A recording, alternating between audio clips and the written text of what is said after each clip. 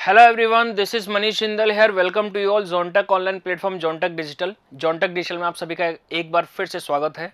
आज के सेशन में हम एक बार फिर से एक बहुत ही ज़्यादा इंपॉर्टेंट सब्जेक्ट को प्रीवियस ईयर क्वेश्चंस की हेल्प से हम रिवाइज करने वाले हैं। और इससे पहले हम ऑलरेडी दो सब्जेक्ट को कवर कर चुके हैं, जो कि पावर प्लांट और मशीन डिज़ाइन के साथ में मैकेनिक्स के जितने भी इंपॉर्टेंट कॉन्सेप्ट हैं उनको हमने रिवाइज करने की ऑलरेडी कोशिश की है, जिनकी वीडियो की लिंक डिस्क्रिप्शन में दी हुई है, आप वहां पर जाकर चेक करके देख सकते हैं। आज के सेशन में हम बात करेंगे एक और इंपॉर्टेंट सब्जेक्ट, जो कि रहने वाली है हमारी एक और एप्लीकेशन पार्ट थर्मोडायनेमिक्स का ही, जिससे बहुत ज्यादा क्वेश्चंस एग्जाम के अंदर पूछे जाते हैं और प्रीवियस ईयर्स में भी पूछे गए हैं, जो है हमारी RAC, that is refrigerator and air conditioning. तो यहां से जितने भी इंपॉर्टेंट कॉन्सेप्ट हैं हम सबको रिवाइज करने की कोशिश करेंगे प्रीवियस ईयर क्वेश्चंस की हेल्प से। तो चलिएगा आज की कहानी स्टार्ट करते हैं। तो कहानी स्टार्ट करने से पहले एक थोड़ी सी बेसिक इंफॉर्मेशन मैं आपको दे दूं कि यहाँ पर RAC की जब हम बात करते हैं तो ये क्या होता है, ये थर्मोडायनामिक जो हमारी बेसिक सब्जेक्ट होती है, थर्मोडायनामिक जो बेसिक सब्जेक्ट होती है उसका क्या होता है, ये एप्लीकेशन पार्ट होता है। एप्लीकेशन पार्ट होता है।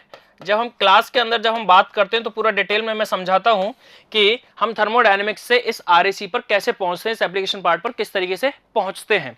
ठीक है, तो यहां पर एक थोड़ा सा बेसिक मैं आपको बता देता हूं। जब हम थर्मोडायनेमिक्स के अंदर बेसिक पढ़ते हुए जब हम सेकंड लॉ पर पहुंचते हैं, जहां से हमें ऐसी डिवाइसेस का कॉन्सेप्ट मिलता है जो क्या करती हैं, कुछ डिवाइसेस ऐसी होती हैं जो पावर को प्रोड्यूस करती हैं और कुछ डिवाइसेस ऐसी होती हैं जो पावर को क्या करती हैं, कंज्यूम करती हैं। ठीक है, कुछ डिवाइसेस ऐसी होती हैं जो पावर को कंज्यूम करती हैं। और वहां से जब हम सेकंड लॉ को जब हम डिफाइन करते हैं तो उसके बाद हमको दो स्टेटमेंट देखने को मिलते हैं, kelvin statement and Clausius statement.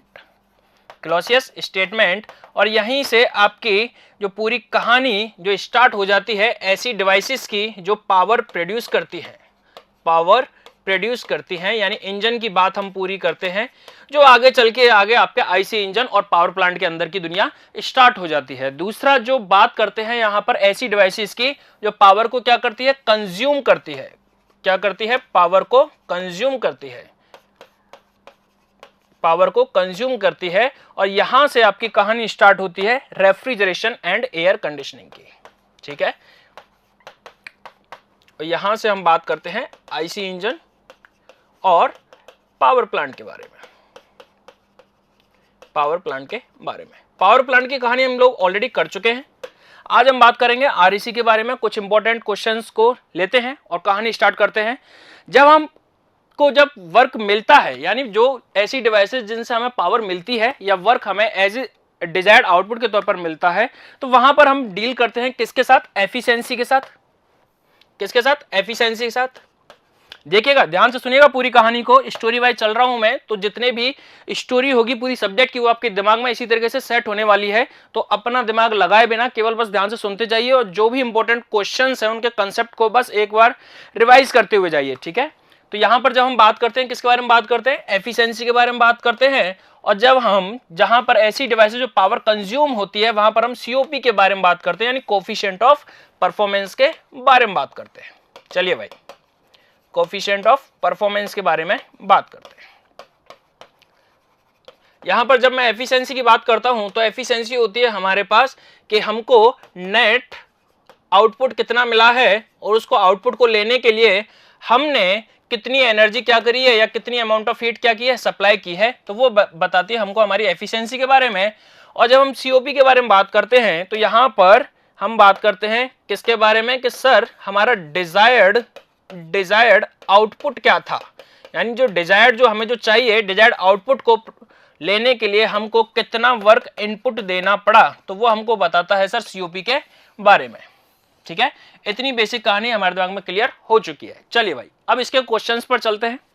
तो क्वेश्चन है, the food compartment of A refrigerator is maintain at 4 degree Celsius by removing heat from it at the rate of 360 kilojoule पर मिनट। यानी आपको हीट जो रिमूव की हुई है, यानी Q रिजेक्टेड किससे, स्पेस से, वो कितनी है, 360 किलोजूल पर मिनट।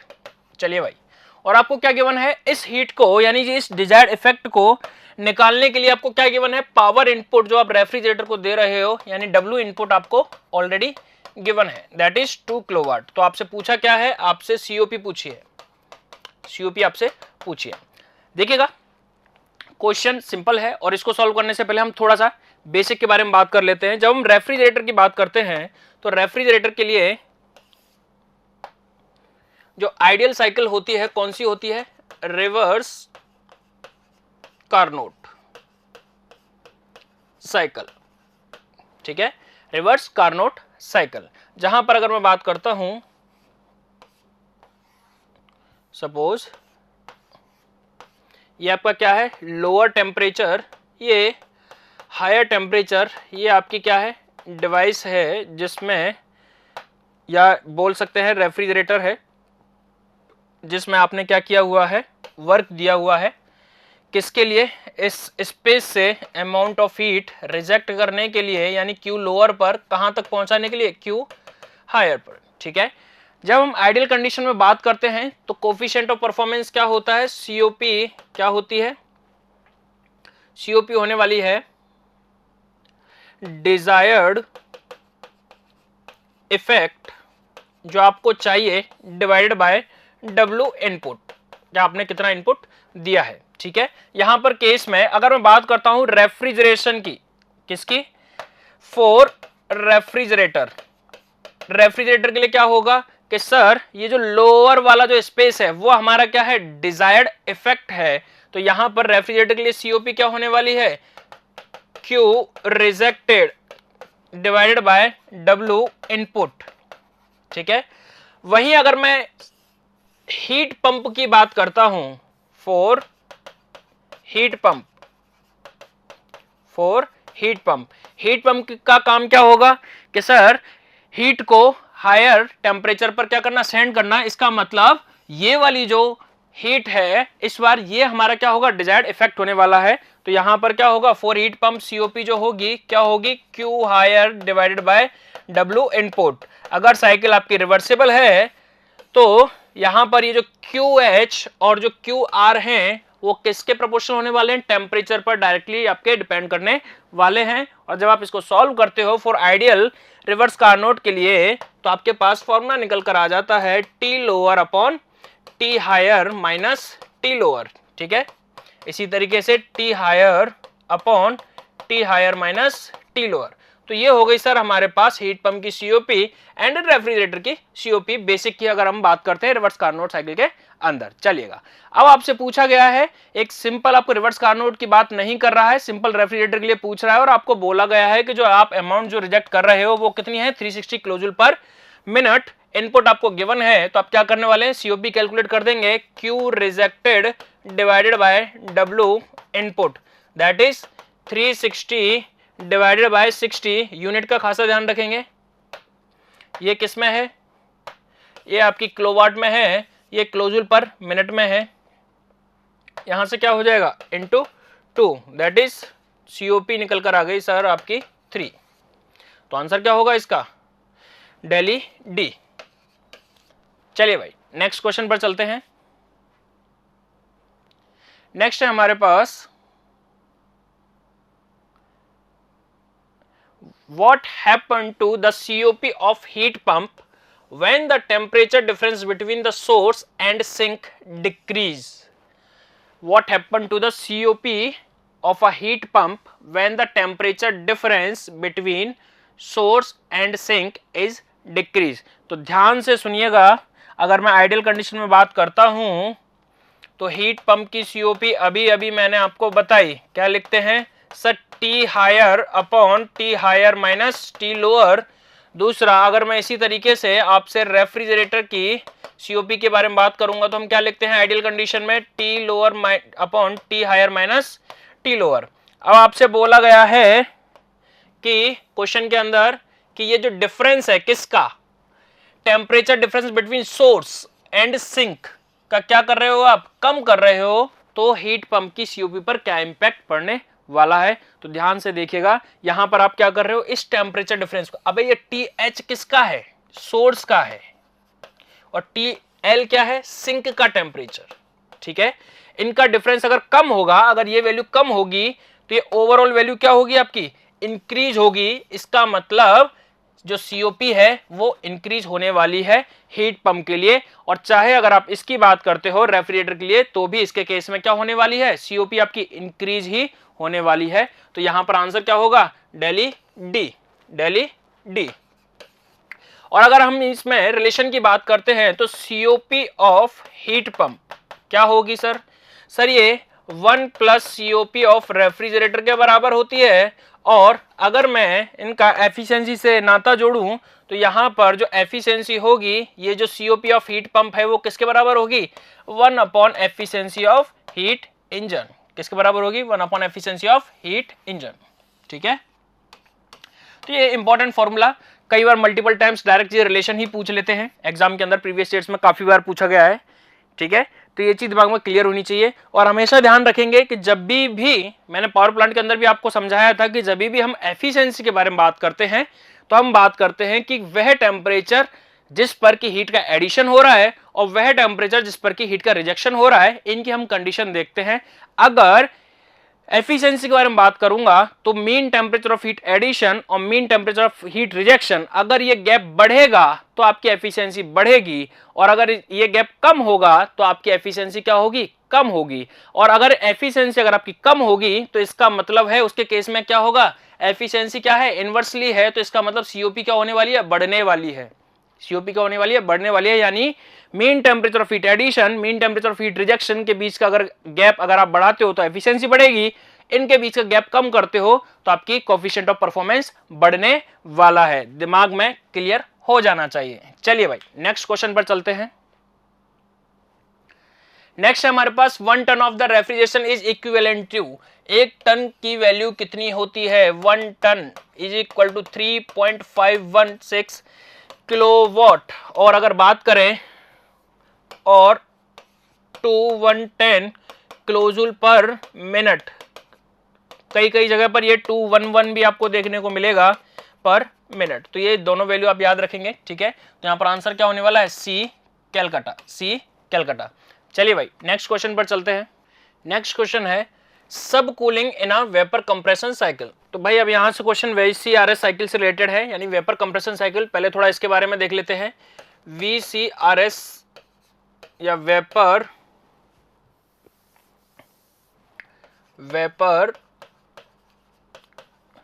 Compression refrigeration cycle. चलिए भाई अगर मैं इसकी बात करता हूं, मैं TH डायग्राम ड्रॉ कर रहा हूं। ठीक है, तो किस तरीके से चलती है ये साइकिल, कुछ इस तरीके से हमको देखने को मिलती है। 1 2 3 4 process 1 to 2 1 to 2 isentropic compression, isentropic compression. 2 to 3 constant pressure heat rejection, heat rejection. 3 to 4 कौन सा प्रोसेस होता है, throttling process, throttling process. And 4 to 1 constant pressure heat addition. ठीक है, तो यहां से अगर मैं बात करता हूं कि यहां पर इक्विपमेंट कौन कौन से हैं, तो ये जो प्रोसेस होता है वो किसके अंदर होता है, कंप्रेसर के अंदर, कंप्रेसर। 2 to 3 जो प्रोसेस होगा वो किसके अंदर होगा, कंडेंसर के अंदर हीट का रिजेक्शन। 3 to 4 किसके अंदर होता है, एक्सपेंशन डिवाइस के अंदर, throttling process. And 4 to 1 is called what, evaporator, evaporator. ठीक है, तो यहां पर एवेपोरेटर का काम क्या होता है, जो भी आपका जो स्पेस है या फिर जो भी जिस चीज को आपने क्या करना है, कूल करना है, वहां से अमाउंट ऑफ हीट को लेना। और चूंकि ये क्या है, पावर एब्जॉर्बिंग साइकिल है, तो इस वजह से आप इसकी डायरेक्शन भी देख सकते हैं, वो क्या होने वाली है आपकी, एंटी क्लॉकवाइज। यानी जितनी भी क्लॉकवाइज साइकिल होंगी दुनिया के अंदर वो कौन सी होंगी, work producing device, work producing या पावर प्रोड्यूसिंग। और जितनी भी एंटी क्लॉकवाइज होने वाली हैं, एंटी क्लॉकवाइज होने वाली हैं वो क्या होंगी आपकी, वर्क या पावर कंज्यूमिंग साइकिल।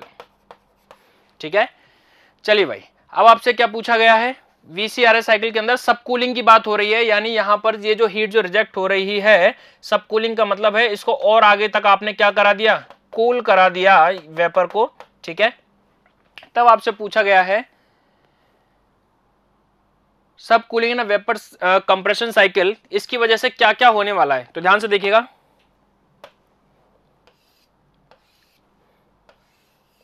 इस साइकिल के अंदर पहले आप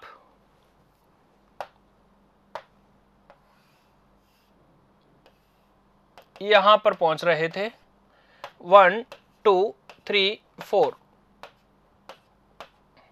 ये टीएस डायग्राम ड्रॉ कर रहा हूं मैं डायरेक्ट। ठीक है, यहां पर आप देखेंगे कि ये जो 4 to 1 है ये क्या है सर, हमारा डिजायर्ड इफेक्ट है, यानी रेफ्रिजरेशन इफेक्ट। ठीक है, अब आपने क्या किया, इसकी सर सब कूलिंग कर दी, सब कूलिंग कहां तक कर दी, इस 3 को और आगे तक ले गए। ठीक है, अब यहां से क्या होगा, यहां से एक्सपेंशन होगा, तो ये कहीं इस एवापोरेटर वाले प्रेशर तक पहुंचेगा, ये कहीं इस एवापोरेटर वाले प्रोसेस तक पहुंचेगा, तो इसका मतलब ये 0.4 डैश तक पहुंचेगा। तो अगर आप देखेंगे तो यहां पर क्या हुआ, यहां पर सर ये इतने अमाउंट की जो एंथैल्पी है, यानी 4 से 4 डैश अमाउंट की जो हीट का रिजेक्शन है वो हमारा क्या हो गया, बढ़ गया, किससे, रेफ्रिजरेटेड स्पेस से, यानी हमारा डिजायर्ड इफेक्ट क्या हुआ, इंक्रीज हो गया, यानी रेफ्रिजरेशन इफेक्ट जो हमें चाहिए था वो हमारा इंक्रीज हो गया। अगर ऐसा हो गया तो क्या इस सब कूलिंग ने इस पर, यानी जो वर्क हो रहा है कंप्रेसर पर 1 से 2 प्रोसेस में कोई इंपैक्ट किया, नहीं किया सर, तो इसका मतलब यहां पर वर्क इनपुट जो रहा सब कूलिंग के अंदर क्या रहा, सेम रहा। और अगर ऐसा रहा तो इसका मतलब जो सीओपी होने वाली है, रेफ्रिजरेशन इफेक्ट जो आपको चाहिए था, डिवाइडेड बाय डब्ल्यू इनपुट क्या रहने वाला है, इंक्रीज होने वाला है, क्योंकि ये आपका इंक्रीज हुआ है, ये आपका क्या है, सेम है। ठीक है, तो अब देख लीजिएगा क्वेश्चन में क्या बोल रहा है, क्वेश्चन में बोला गया है decrease the required work, work के साथ कोई भी छिड़कानी नहीं करता है, increase the required work again, increase the required work again गलत, तो यहां पर आंसर क्या होगा आपका, डेली डी, कि does not affect the required work and increase the refrigeration effect. तो इतनी बात दिमाग में क्लियर हो चुकी है। चलिए भाई नेक्स्ट क्वेश्चन पर चलते हैं। नेक्स्ट क्वेश्चन है lowering the evaporator pressure in the VCRS cycle क्या करेगा, यानी अभी अभी जो हमने जो देखा उसमें अगर हम इवेपोरेटर के प्रेशर को कम कर देते हैं तो क्या इंपैक्ट होने वाला है, तो ध्यान से देखिएगा कि अगेन कि अगर मैं बात करता हूं टीएस डायग्राम पर,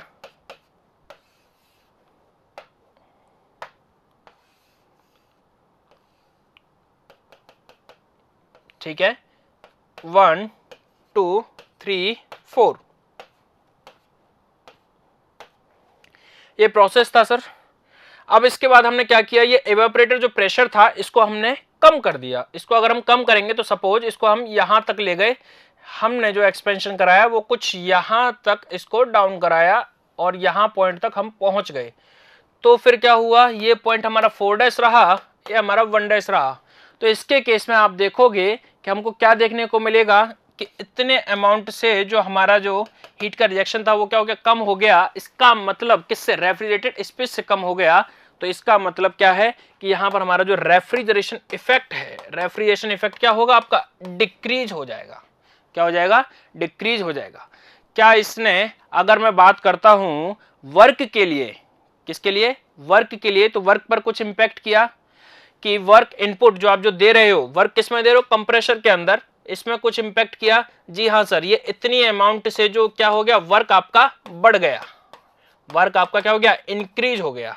तो यानी अगर आप इवेपोरेटर को प्रेशर को डिक्रीज करते हो तो आपको जो रेफ्रिजरेशन इफेक्ट है वो तो बढ़ा मिलेगा, सॉरी वो आपका क्या होगा, कम होगा, और जो आपका वर्क इनपुट है वो आपका बढ़ जाएगा।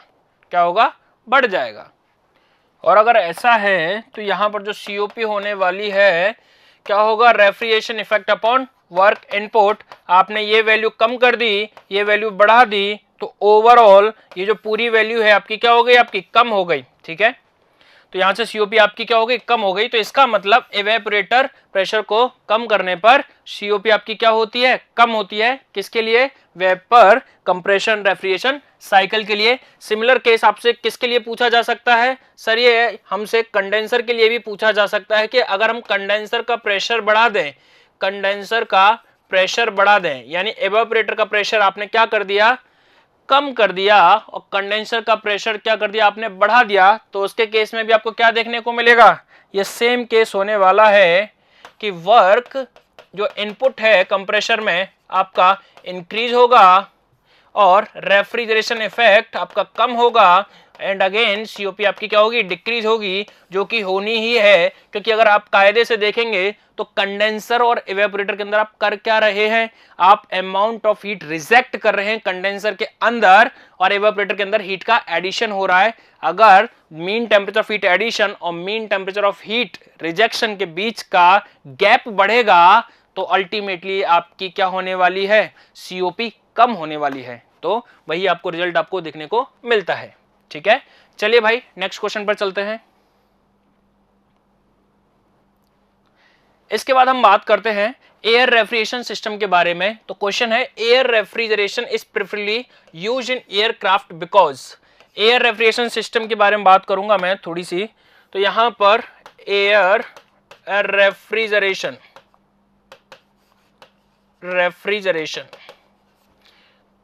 सबसे पहले इंपॉर्टेंट पॉइंट, ये किस पर वर्क करता है, reverse Brayton cycle. Reverse Brayton cycle, जिसको और क्या नाम बोला जाता है, बेल कोलेमन साइकिल। दोनों में से कोई सा भी नाम देखे, किसको रिप्रेजेंट कर रहे हैं, वो एयर रेफ्रिजरेशन को ही रिप्रेजेंट कर रहे हैं। ठीक है, इसका यूज कहां पर होता है, एयरक्राफ्ट एप्लीकेशन में, एयरक्राफ्ट एप्लीकेशन में, एयरक्राफ्ट एप्लीकेशन के अंदर। ठीक है, तीसरा पॉइंट, यहां पर आपको क्या देखने को मिलेगा, इसकी जो सीओपी होती है वो क्या होती है, वीसीआरएस से कम होती है, लेकिन फिर भी हम इसको यूज करते हैं एयरक्राफ्ट के अंदर। किस लिए यूज करते हैं, बहुत ही ज्यादा इंपॉर्टेंट, कि जब हम इसका अगर रेफ्रिजरेशन इफेक्ट की बात करते हैं, यानी जो पर टन जो रेफ्रिजरेशन इफेक्ट आता है, तो उसके लिए पूरे सिस्टम का जो वेट होता है वो बहुत कम होता है। और क्योंकि हमें एयरक्राफ्ट के अंदर जो वेट होता है वो बहुत बड़ा कंसर्न होता है, तो इस वजह से इसका यूज कहां पर किया जाता है, एयरक्राफ्ट एप्लीकेशन के लिए। किस वजह से किया जाता है, सीओपी ऑल्दो इसकी क्या होती है, कम होती है, लेकिन हम एप्लीकेशन में यूज करते हैं लो वेट। लो वेट किस चीज का, लो वेट पर टन ऑफ रेफ्रिजरेशन। अगर आप पर टन ऑफ रेफ्रिजरेशन इफेक्ट की बात करते हो तो वहां पर पूरे सिस्टम का जो वेट होता है वो क्या होता है, कम होता है। इस वजह से इसका हम यूज कहां पर करते हैं, एयरक्राफ्ट एप्लीकेशन में करते हैं। तो चलिए भाई क्वेश्चन पे देखते हैं। क्वेश्चन आपसे पूछा गया है, it is use the available in the plenty atmosphere. इसकी बात हो ही नहीं रही है, हायर सीओपी होती नहीं है। अभी अभी हमने बात की है कि वेट क्या होता है, पर टन ऑफ रेफ्रिजरेशन का क्या होता है, लो होता है। अगर मैं साइकिल की बात करूं तो कंपोनेंट कौन कौन से होते हैं, आइसेंट्रोपिक कंप्रेशन,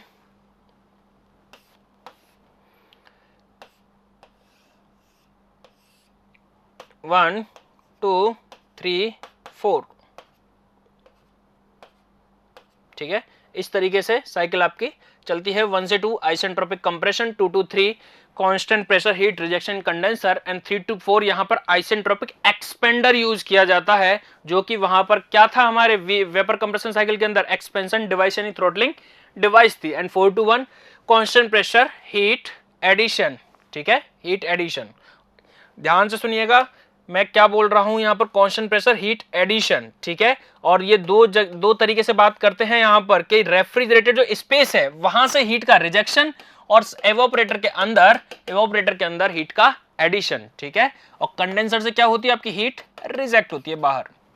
ठीक है, चलिएगा नेक्स्ट क्वेश्चन पर चलते हैं। तो नेक्स्ट क्वेश्चन है, lithium bromide in vapour absorption refrigeration system is used as.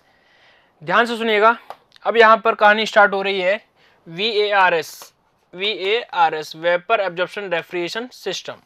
ठीक है, इससे पहले जो पूरी कहानी थी किसकी थी, VCRS की, वेपर कंप्रेशन रेफ्रिजरेशन सिस्टम। अच्छा देखिएगा, एक पॉइंट और डिस्कस कर लेते हैं।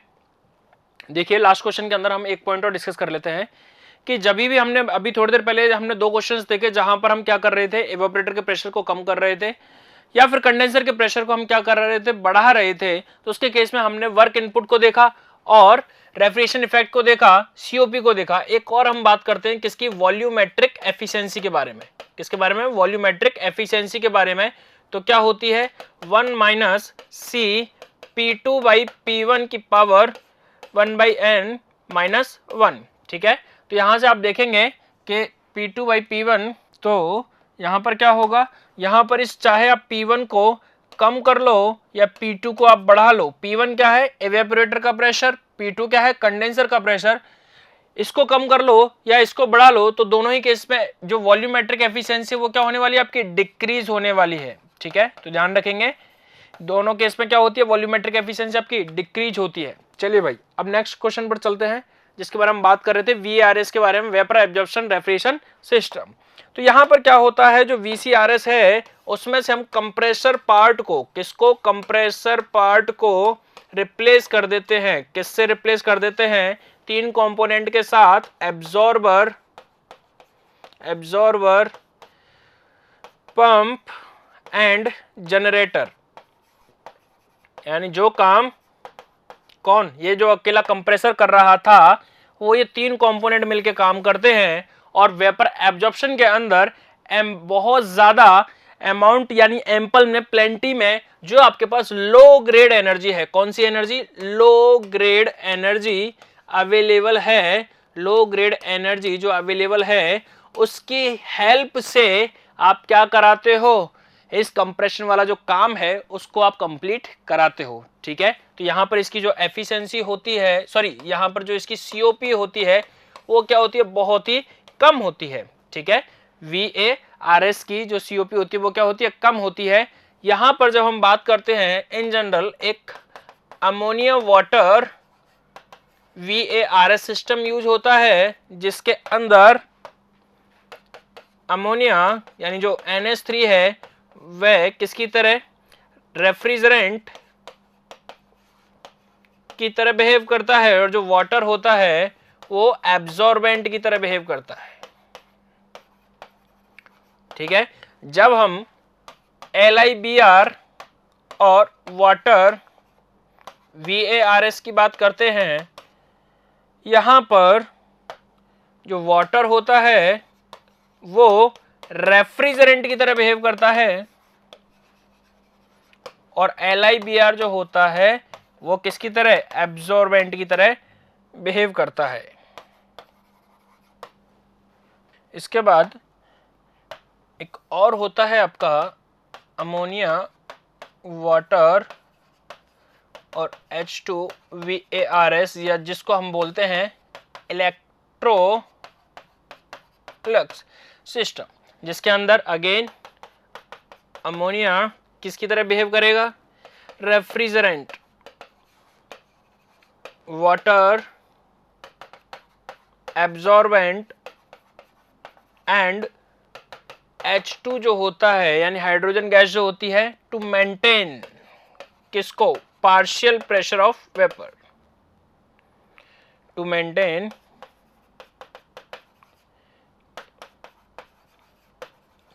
Of ammonia vapour, ammonia vapour. चलिए भाई, इतनी कहानी दिमाग में क्लियर हो चुकी है। अब चलते हैं हमारे क्वेश्चन की ओर। क्वेश्चन क्या कह रहा है हमसे, क्वेश्चन कह रहा है कि LIBR in a vapour absorption refrigeration system is used. LIBR और वाटर की जब हम बात करते हैं तो LIBR किसकी तरह बिहेव करता है, एक एब्जॉर्बेंट की तरह बिहेव करता है। तो आंसर होगा इसका डेली डी। चलिए भाई, नेक्स्ट क्वेश्चन पर चलते हैं। तो नेक्स्ट क्वेश्चन है, in which of the following refrigeration system waste heat can be effectively used। अभी थोड़ी देर पहले हमने बात किया है वेस्ट हीट का यूज हम कहां पर करते हैं, वेस्ट हीट का कहां करते हैं, वेपर एब्जॉर्प्शन साइकिल में यानी VARS सिस्टम के अंदर। तो आंसर क्या होगा इसका, बॉम्बे बी। ठीक है, चलिए भाई नेक्स्ट क्वेश्चन पर चलते हैं। नेक्स्ट क्वेश्चन है, R12 is generally preferred over R22 in deep freezer since. देखिएगा जब हम बात करते हैं रेफ्रिजरेंट के बारे में तो रेफ्रिजरेंट की कुछ प्रॉपर्टीज होती है, इंपॉर्टेंट प्रॉपर्टीज जो आपने याद रखनी होती हैं। और इसके साथ ही इनके ये जो रेफ्रिजरेंट है इनकी कुछ स्पेशलिटी भी होती है कि अगर मैं बात करता हूं R22 और R12 के बारे में, तो ये जो R12 जो होता है वो क्या होता है, कंप्लीटली मिसिबल होता है, कंप्लीटली मिसिबल होता है। किसके साथ? लुब्रिकेटिंग ऑयल के साथ, लुब्रिकेटिंग ऑयल के साथ, जिसकी वजह से ये कोई भी पूरी साइकिल के अंदर इतनी दिक्कत नहीं करता है। जबकि ये जो R22 जो होता है, R22 जो होता है ये क्या होता है, ये मिसिबल नहीं होता है, जिसकी वजह से इसकी डीप फ्रीजिंग में क्या हो जाती है, ये इवेपोरेटर को क्या कर देता है, चोक कर देता है, कंप्लीटली मिसिबल नहीं होने की वजह से। ठीक है। और एक रेफ्रिजरेंट होता है, सॉरी, जो क्या होता है, कंप्लीटली नॉन मिसिबल होता है। किसके साथ? लुब्रिकेटिंग ऑयल के साथ। जो रेफ्रिजरेंट क्या है, कंप्लीटली नॉन मिसिबल है, तो उसके केस में हम क्या करते हैं, एक अलग से कंडेंसर से पहले, कंडेंसर से पहले और कंप्रेसर के बाद, कंप्रेसर के बाद जब आपका रेफ्रिजरेंट कंटिन्यूअस सर्कुलेट होता है, तो इनके बाद, कंप्रेसर के बाद हम क्या लगा देते हैं, एक ऑयल सेपरेटर का यूज करते हैं। वेरी वेरी इंपॉर्टेंट, कई बार पूछा जाता है, oil separator is placed where, कहां पर? या तो कंडेंसर से पहले, दोनों एक ही बात है, और कंप्रेसर के एग्जिट पर। ठीक है, तो दिमाग में याद रखेंगे, ये सारी कहानी किसके लिए है, नॉन मिसिबल के लिए है। और ये जो R12 क्या होता है, कंप्लीटली मिसिबल होता है लुब्रिकेटिंग ऑयल के साथ, तो इसकी वजह से पूरी साइकिल में कोई भी दिक्कत नहीं करता। जब हम डीप फ्रीजर की बात करते हैं तो यहां पर आंसर क्या होने वाला है, सी कैलकाटा, सी कैलकाटा। देखिएगा, रेफ्रिजरेंट से रिलेटेड इनके केमिकल फॉर्मूले और इनके एप्लीकेशन भी बहुत ज्यादा इंपॉर्टेंट है। उनको मैंने एक टेबल में कन्वर्ट किया है, जो कि बहुत ज्यादा इंपॉर्टेंट होने वाली है। तो यहां से भी आपसे क्वेश्चन पूछा जा सकता है कि R11 क्या है, इसका फॉर्मूला क्या है, इसका यूज क्या है। इसी तरीके से R12, R22, R113 एंड 717। 717 क्या है, अमोनिया है। जितने भी इनऑर्गेनिक इनऑर्गेनिक रेफ्रिजरेंट होते हैं, उनका जो नॉमिनेशन है किस तरीके से करते हैं, 700 प्लस मॉलिक्यूलर वेट। ठीक है, इस तरीके से हम लोग क्या करते हैं, रिप्रेजेंट करते हैं। चलिए भाई, इसके बाद नेक्स्ट क्वेश्चन पर चलते हैं। नेक्स्ट क्वेश्चन है, fitting in ammonia absorption refrigeration system are made of. देखिएगा, अमोनिया एब्जॉर्प्शन सिस्टम में जो रेफ्रिजरेंट होता है वो कौन होता है, अमोनिया होता है। अगर जितनी भी हम फिटिंग यूज करने वाले हैं, इसकी एक प्रॉपर्टी होती है कि अमोनिया क्या करता है, रिएक्ट कर जाता है किसके साथ, कॉपर के साथ। तो इस वजह से हम कॉपर को बिल्कुल भी अमोनिया के साथ यूज नहीं करते। और अमोनिया के साथ जितनी भी फिटिंग यूज होती है वो किसकी यूज होती है, आपके कास्ट स्टील और रॉट आयरन। ठीक है, दोनों में से आपको जो भी आंसर मिले वही आपने लगाना है। तो आंसर क्या होगा यहाँ पर, ए आगरा। चलिए भाई, नेक्स्ट क्वेश्चन पर चलते हैं। तो नेक्स्ट क्वेश्चन है, during the sensible cooling process. देखिएगा, यहां से हम लोग एयर कंडीशनिंग के अंदर एंटर कर रहे हैं। तो एयर कंडीशनिंग के अंदर जब हम साइकोमेट्रिक चार्ट के बारे में बात करते हैं, तो वहां पर हमें नंबर ऑफ प्रोसेस देखने को मिलते हैं। तो यहां पर क्विकली हम लोग देख लेते हैं कि कौन कौन से प्रोसेस हम के बारे में हम बात करते हैं। ये हमारी सैचुरेशन लाइन होती है, सैचुरेशन वेपर लाइन। यहाँ पर हम बात करते हैं ड्यू पॉइंट टेम्परेचर के बारे में, यानी डीपीटी के बारे में। और यहाँ पर होती है सर आपकी स्पेसिफिक ह्यूमिडिटी। क्या होती है, स्पेसिफिक ह्यूमिडिटी, स्पेसिफिक ह्यूमिडिटी।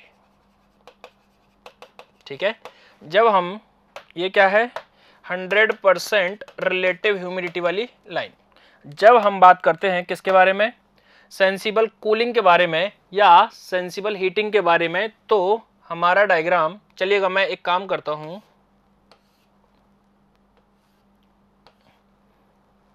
इस तरीके से आप याद रखने वाले हैं। ठीक है,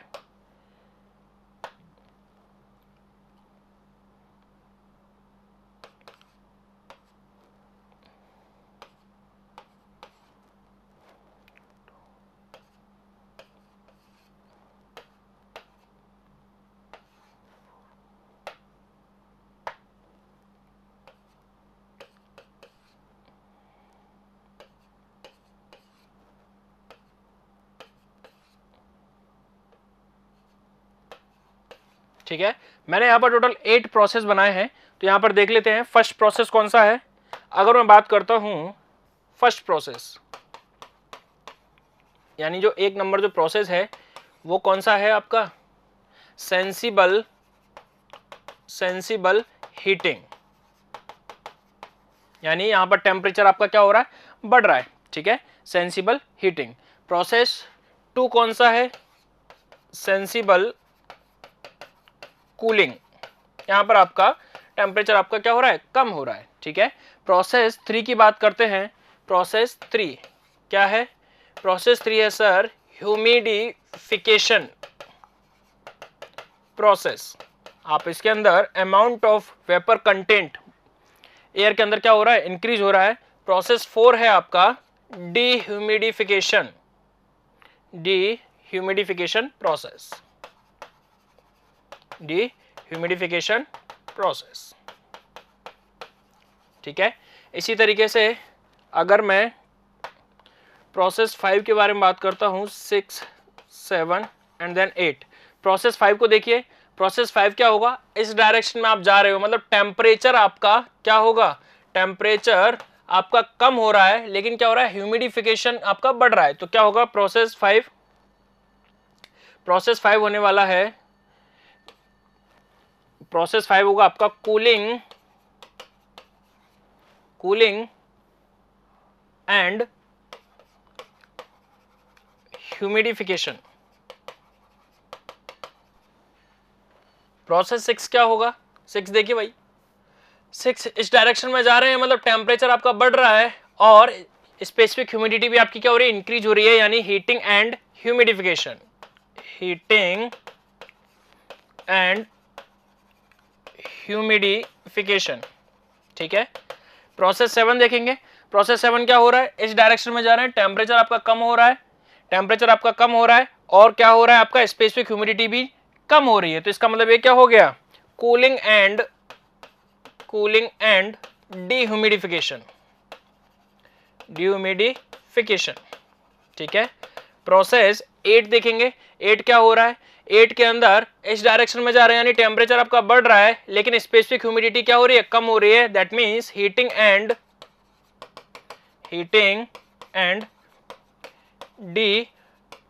डीह्यूमिडिफिकेशन। ठीक है। इतनी कहानी दिमाग में क्लियर हो चुकी है। हर प्रोसेस के लिए हम इजीली फाइंड आउट कर सकते हैं कि ड्राई बल्ब टेम्परेचर के साथ, यानी सॉरी यहां पर ये क्या है, डीबीटी है, ड्राई बल्ब टेम्परेचर है, ना कि due point temperature, DBT dry bulb temperature. ठीक है।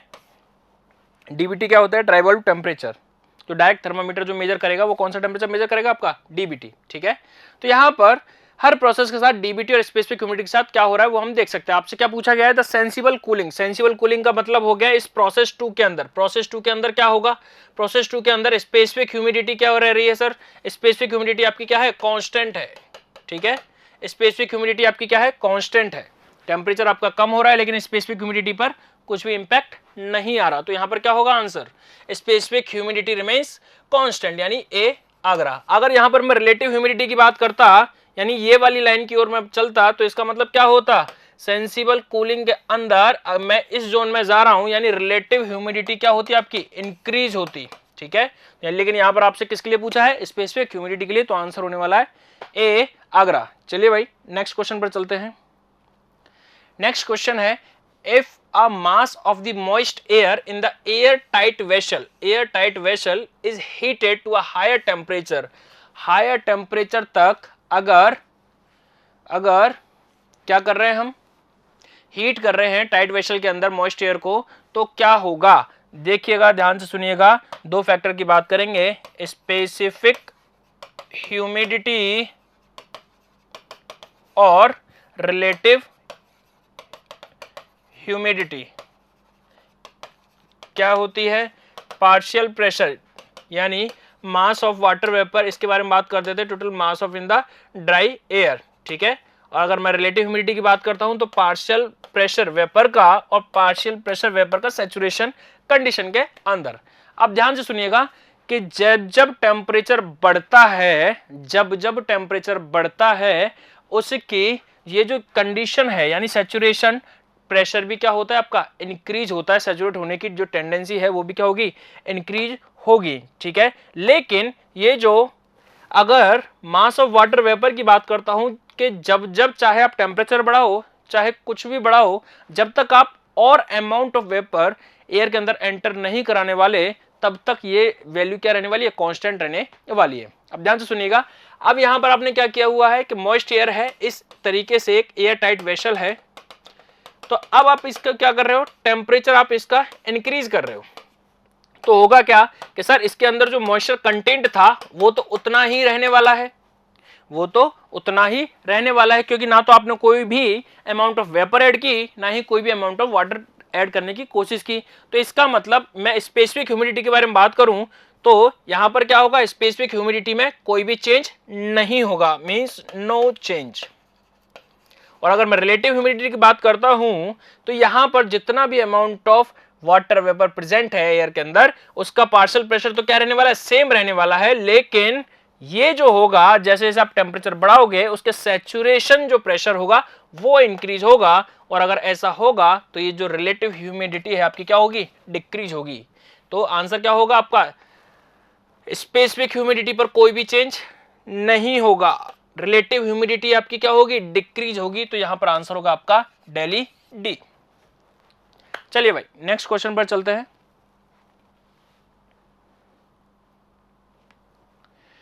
Due point is, due point क्या होता है, ये वो पॉइंट होता है जहां पर एयर में प्रेजेंट जितना भी मॉइस्चर कंटेंट है वो क्या करना स्टार्ट कर देता है, कंडेंसेट होना स्टार्ट कर देता है। तो यहां पर आंसर क्या होगा, the temperature at which condensation of the steam in the saturated air will start. तो आंसर होने वाला है ए आगरा, ए आगरा। चलिए नेक्स्ट क्वेश्चन पर चलते हैं। नेक्स्ट क्वेश्चन है relative humidity is, relative humidity क्या है, क्या है रिलेटिव ह्यूमिडिटी। अभी अभी हमने बात की कि सर इसमें कितना वेपर प्रेजेंट है और सैचुरेशन कंडीशन में इसके अंदर कितना वेपर आ सकता है, यानी the ratio of the moisture present in the air to the capability of the air to hold the maximum moisture. तो यहां पर आंसर होने वाला है बॉम्बे बी। चलिए भाई नेक्स्ट क्वेश्चन पर चलते हैं। तो नेक्स्ट क्वेश्चन है in case of the sensible heating of air the coil efficiency is given by. ध्यान से सुनिएगा, चाहे सेंसिबल हीटिंग हो चाहे कूलिंग हो, दोनों के केस में क्या होता है, सपोज ये कॉइल है और यहां से एयर क्या हो रही है, इससे पास हो रही है, एयर क्या हो रही है, इससे पास हो रही है, तो किस टेम्परेचर से एयर चली और किस टेम्परेचर तक पहुंचना है उसको और कितना टेम्परेचर वो छोड़ जाती है, तो वो कहलाता है आपका बाईपास फैक्टर। अगर मैं बाईपास फैक्टर की बात करता हूं, बाईपास फैक्टर, तो ये आपको क्या बताता है, सपोज यहां पर 20 डिग्री सेल्सियस की जो एयर थी, इस कॉइल का टेम्परेचर है 35 डिग्री सेल्सियस, ठीक है, और यहां से इसको यहां तक पहुंचना था, लेकिन एग्जिट पर हमको मिलता है 28 डिग्री सेल्सियस, मतलब इतना जो अमाउंट है वो क्या हो गया, इससे बाईपास हो गया, इतने अमाउंट तक ये पहुंच नहीं पाई, ठीक है।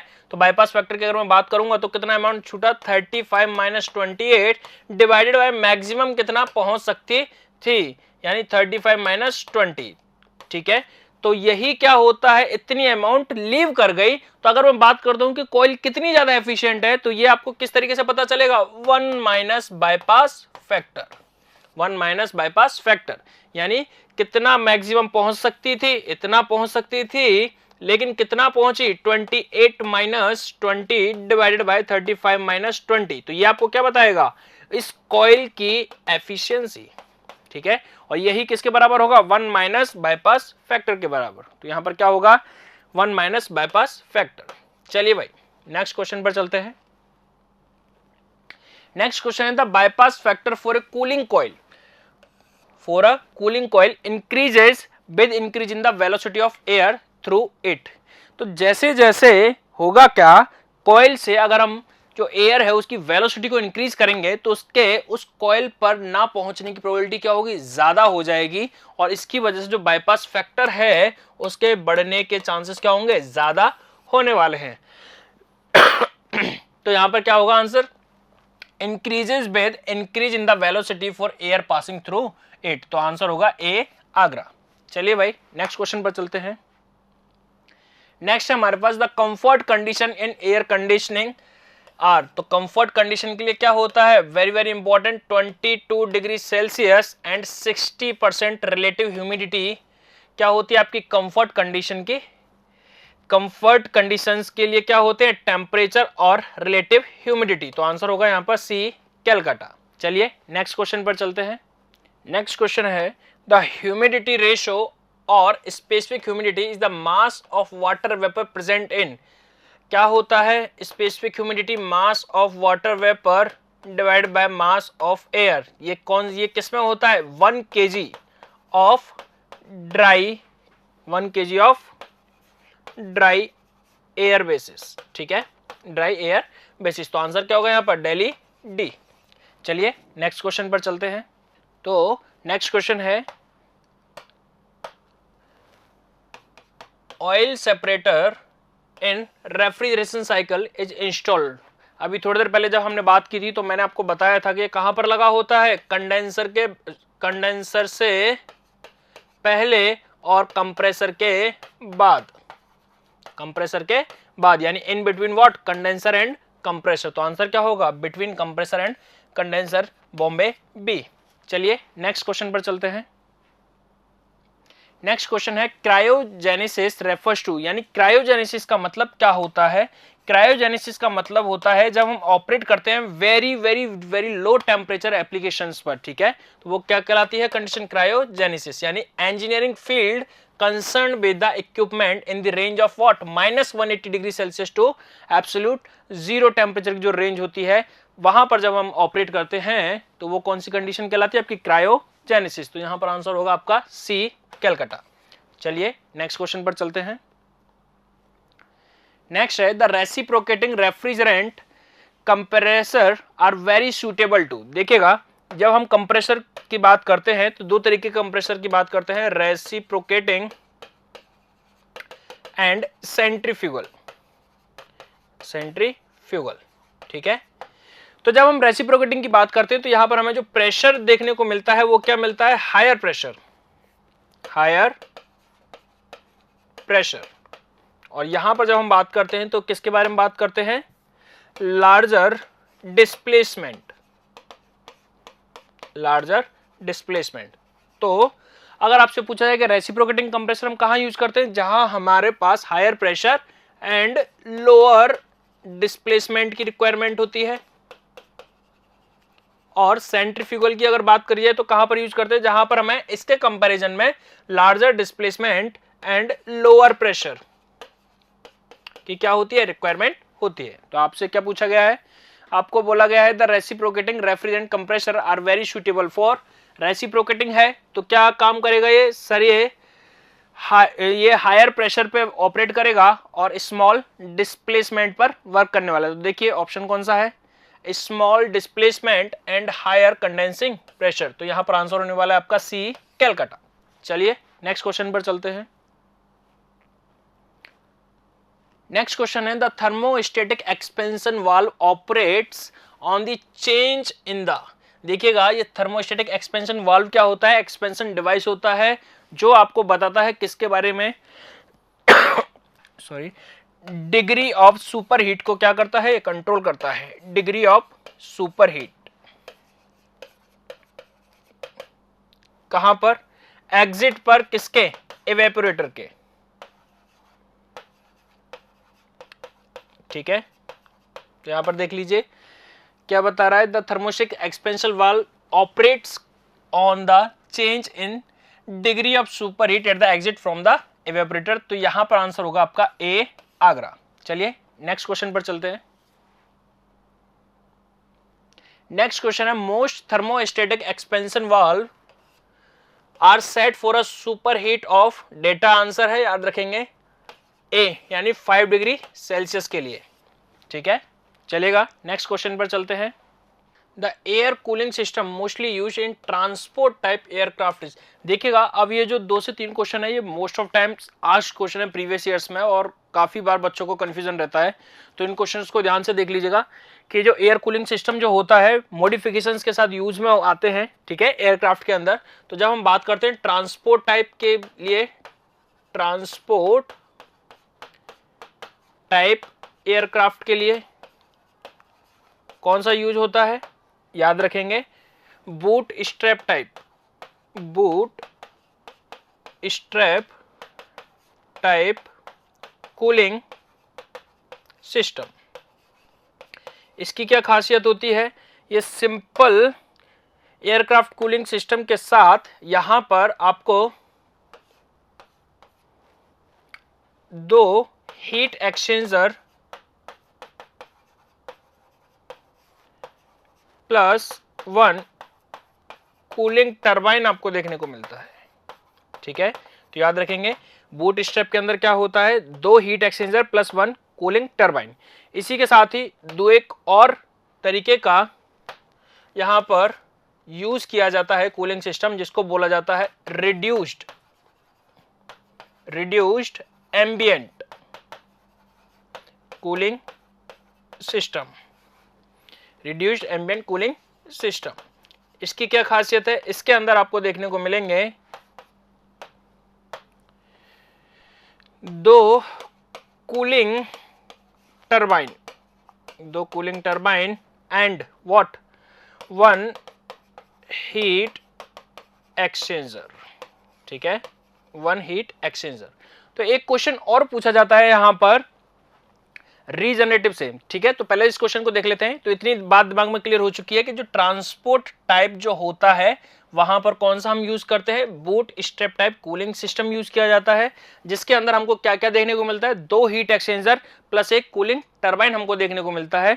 दूसरा एक और होता है जिसको बोला जाता है रिड्यूस्ड एम्बिएंट कूलिंग सिस्टम, जिसके अंदर हमको क्या देखने को मिलता है, 2 कूलिंग टरबाइन हमको देखने को मिलते हैं और 1 यानी 1 हमको हीट एक्सचेंजर देखने को मिलता है सिंपल एयरक्राफ्ट रेफ्रिजरेशन सिस्टम के अंदर, अगर हम मॉडिफाइड करते हैं तो। ठीक है, यहां पर एक क्वेश्चन और पूछा जाता है कि जो इवेपोरेटर होता है इस सेगमेंट के अंदर, इवेपोरेटर कहां पर लगा होता है, वेरी वेरी वेरी इंपॉर्टेंट है, इवेपोरेटर कहां प्लेस्ड होता है। तो याद रखेंगे इवेपोरेटर हमेशा सेकंड हीट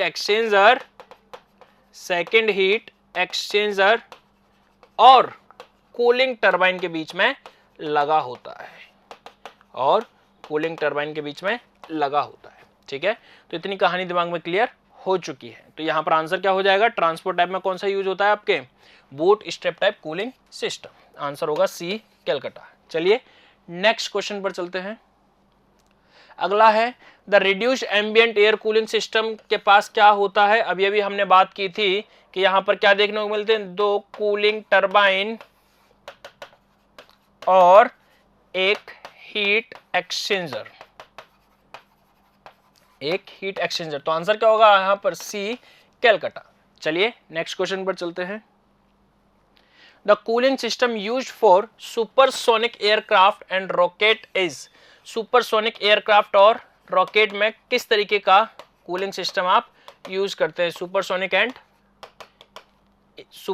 एंड रॉकेट्स। यहां पर आप यूज करते हैं रीजनरेटिव एयर कूलिंग सिस्टम। कौन सा, रीजनरेटिव एयर कूलिंग सिस्टम। यहां पर क्या होता है, यहां पर सर हम हीट एक्सचेंजर का यूज करके कूलिंग को अचीव किया जाता है, रीजनरेटिव एयर कूलिंग सिस्टम। तो इस तरीके से माय डियर फ्रेंड्स हमने आरएसी के अंदर जितने भी इंपॉर्टेंट कॉन्सेप्ट थे, मैक्सिमम कॉन्सेप्ट को हमने कवर करने की कोशिश की है। कुछ ऐसे क्वेश्चंस को भी हमने कवर किया है जो कई बार मल्टीपल टाइम्स एग्जाम के अंदर पूछे जाते हैं, और डेटा बेसिस क्वेश्चंस को, कुछ छोटे छोटे न्यूमेरिकल को भी हमने कवर करने की कोशिश की है। इसके बाद हम मिलेंगे नेक्स्ट सब्जेक्ट के अंदर। Till then this is Manish Jindal signing off. Thank you, good luck.